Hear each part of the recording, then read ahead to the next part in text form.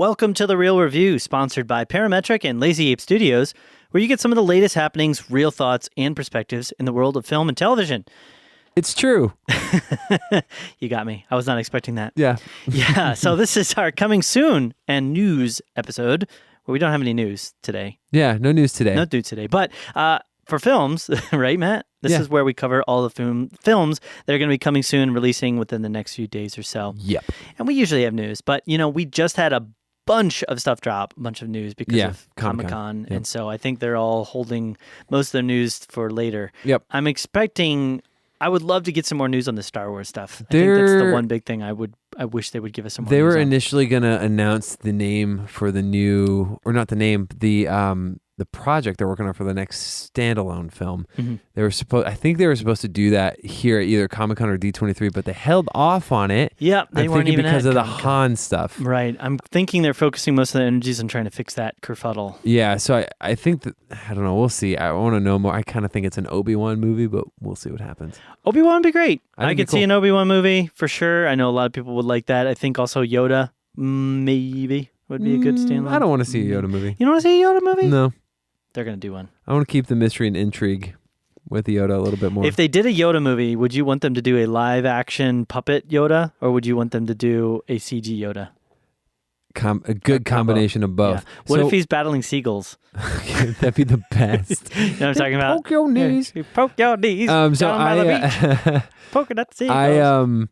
I want to see Obi-Wan because I think it would be perfect, and they could do the time where after he takes Luke to Tatooine, and he's like still older, and Ewan McGregor could still do Obi-Wan. That'd be cool. I think that'd be so cool. What if they announced that they were redoing all the prequels because they were so bad? They won't do that. Well, that's one of the things that they. I know that'd be a thing to do. That would be a thing to do for me because I'd like to see that, but they won't. And they also have not really delved into a lot of the prequel story.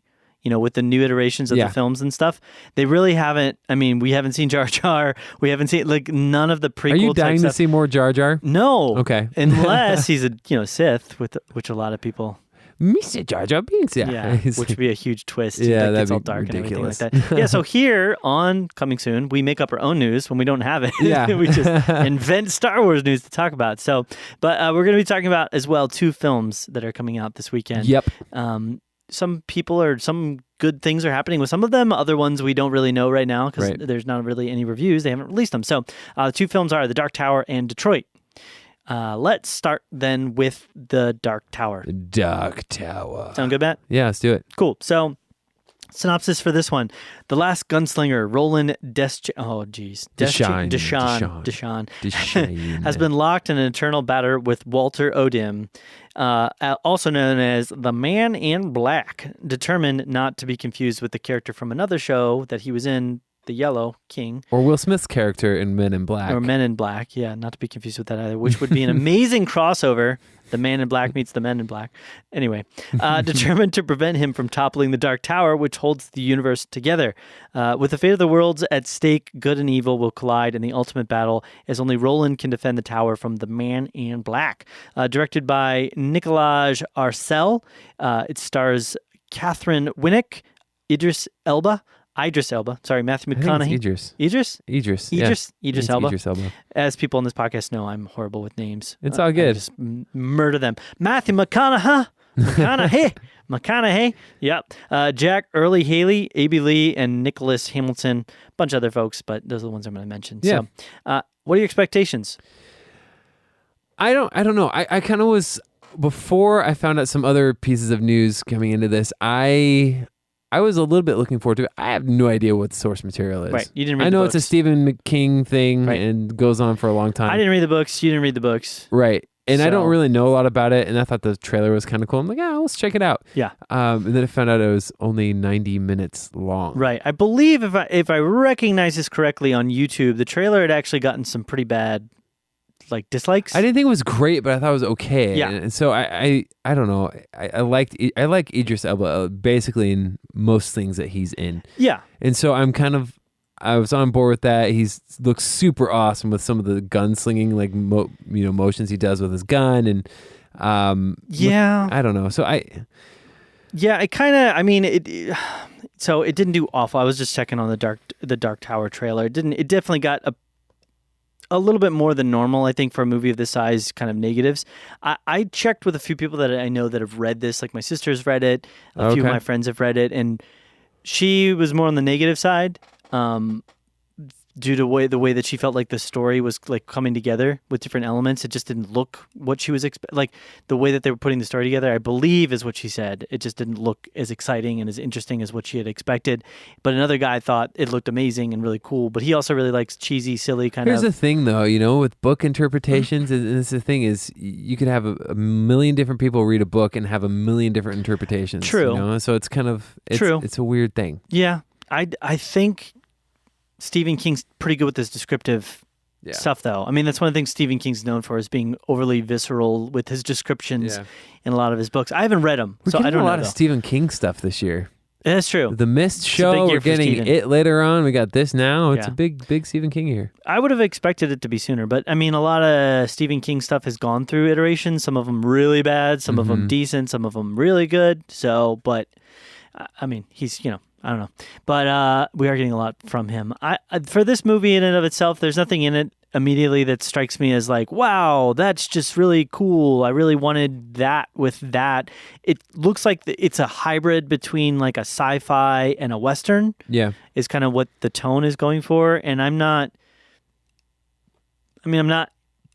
super big Western guy. I've seen some that I really like. 310 to Yuma. Yeah, the big thing with Westerns is it's about the gunfights, obviously in the action, but it's also about compelling, good characters that you really care about whether or not they're going to die or live. It's a tough sell to audiences. Yeah, and this is it's a book, so obviously they have to go in this direction. I understand why for the most part, but it's a kid in it, and it's tough when you've got a movie like this and it looks like the main vehicle is a child. Yeah. Because it's like, well, it's hard for me to connect with the film when you've got that's an action suspense kind of thing when it's the vehicle is a child. Right. It's just not as interesting to me. Oh, I gotcha. Because there's only like certain lengths that they're going to go with the kid or before it becomes unrealistic or unbelievable. And they're obviously not going to like torture the kid or kill the kid for the most part. So I don't know. Okay. So I'm like, excitement level? You're going to give me a pretty low 1 to 10? Okay. Probably like a 3.5 out of 10. I'm a little closer to a 5.5 actually. Okay. I'm still kind of interested to see it. And if at the very least it wasted an hour and a half of my time as opposed to 2 hours. So yeah. I mean, there's no reviews out for it yet, which is kind of frightening to me. So. Well, I'm not as concerned about that yet. If it goes too much further into the week, then I will be more, because this is what Wonder Woman did, and that's totally crushing it. So they've got good names attached. Yeah. I mean, who doesn't like, Matthew McConaughey, Idris Elba, if I could get his name. Yeah. If I could get his name right. I mean, who doesn't like those guys? They're great actors. Yeah, for sure. So, I don't know. Just the subject matter at this point hasn't done anything to really draw me in. Yeah, I would, So 5.5. All right. So, moving on, then the other film that we're going to be talking about is a film called Detroit. Detroit. Detroit. Dun, dun, dun. Wait, no, that's New York. Sorry. Yeah. Okay, Detroit. Yes. So synopsis for this one is, amidst the chaos of the Detroit Rebellion, with the city under curfew, and as the Michigan National Guard patrolled the streets, 3 young African-American men were murdered at the Algiers Motel. Directed by Catherine Bigelow? Yep, you got it. Guessing Bigelow. It stars John Boyega, Anthony Mackie, Will Porter, Algie Smith, Jacob Lattimore, Jason Mitchell, Hannah Murray, a bunch of people. I'm not going to talk about them all. Jack Rayner's in this. Jack Rayner, You got a lot of people in there. What are your thoughts? I like... First of all, I will say this. This is going to be nominated for an Academy Award. Probably. It will be. Just the subject matter and the tone of it. This is like... Catherine Bigelow's like third in this like true story trilogy deal thing that she has. It's not really a trilogy. It's just kind of a unofficial thing. But I like the actors. I like the talent. I'm excited to see John Boyega being in something a little bit different. Although we did get to see him be kind of corny in that little Pacific Rim teaser. But it's fun. They kind of had that like Starship Troopers tone to it. I was like, but it felt like that a little bit. Yeah. Which is strange because that's definitely not what the first film was going I know. for. It's so funny. Anyways, so this is cool. I'm excited to see it. It's based off true story, obviously. The content is going to be incredibly heavy. Yeah. I think Yeah, you're right. Exactly. I think it's going to be nominated for something. For sure. And Catherine Bigelow is going to be on that list again. Well, even looking at the reviews are coming in, it's at like 95% Oh, yeah. Rotten It's Tomatoes crushing it right now. So it's going to get nominated for something. I'm assuming a couple Best Actor nods, actress nods for different roles will probably get thrown in the mix as well. So I don't know. I don't really have a huge expectation for this. This isn't something I'm unfamiliar with. I know about the news story of what it's about, but it's as of this point, I don't really know what angle they're taking as far as like whose story it's trying to tell. Is it mostly more of like a social commentary type film, or is it more of like a just straight up retelling of the situation and the action that happened? Is it kind of a hybrid? So it's like I don't know what to put this category in my mind. It looks like it'll be actiony, dramatic, suspenseful. One thing I will say for sure, it looks like it's going to be one of those one and done movies like, we had talked about before. What, no sequels? They're not going to set up a universe for this? No. Shared Detroit universe. Oh, gosh. Yeah. Oh, that'd be a dark universe. But not the dark universe. No, but yeah. But so with this, what I'm saying is it's like a Monster Calls where it may be a great movie, but you only really want to watch it one time. It's not like it's a, hey guys, let's get together. Let's totally watch Detroit because let's watch it. We've watched it every other day for the last couple. It's not one of those movies. Right. It's like, let's have a neighborhood barbecue. We'll put on Detroit. It's not that kind of a film, Yeah. And, it's kind of the same thing with like the Hurt Locker and Zero Dark 30, but I think more for this one too. But I'm actually looking forward to this. Which she also directed. Yeah, so I'm actually looking forward to this. I think I don't know. For some reason I'm really looking forward to seeing it. So.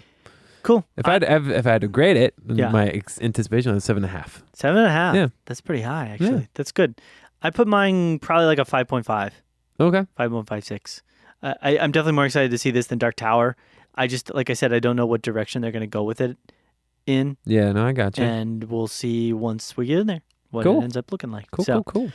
So, well, then with that, I guess, unless you want to make up some more news, Matt, anything you want to... Josh Brolin said he's going to be in the fourth Avengers movie. Spoilers! Why would he do that? Spoilers! You just ruined it for everybody. It's a big title on the news. I know. I don't know why he did that. That kind of ruins it. But I will say this about comic book movies. You can never kill a comic book character. They always will come back to life if they need them. So it doesn't Except really... for Quicksilver, poor guy. Yeah, well, that is true, actually. I didn't think about him. Him and Uncle Ben, he's never come back to life, I believe, in any iteration. He's not MCU. That's true. Yeah. So it's all good. Yeah. It's all good. Anyway, that's all I got. Well, okay. So then we're going to go ahead and wrap things up on the podcast. Some quick ways to get connected to us here at the end. You can check out our Facebook, which is facebook.com/Real Review Media. We'd love to get connected with you there. We also have Instagram and Twitter, which are both at Real Review Media. Love to hear from you on any of those places, those that are different social media networks. We've also got our website, which is realreviewmedia.com. You can join our newsletter. You can find out what we got going on that. And then lastly, if you have some thoughts, some perspectives, some news, and maybe you want us to talk about. Yes. Although by the time we get it and we do the next recording, it'll be a week old. But, yeah. You never know. Send it our way. You can send it to us at realreviewmedia@gmail.com. Yep. And we will immediately place it in our red list because we read things very quickly. Yes, we do. There you go. So awesome. Anything else, Matt? No, that's it. All right. Well, it's been real. It's been real.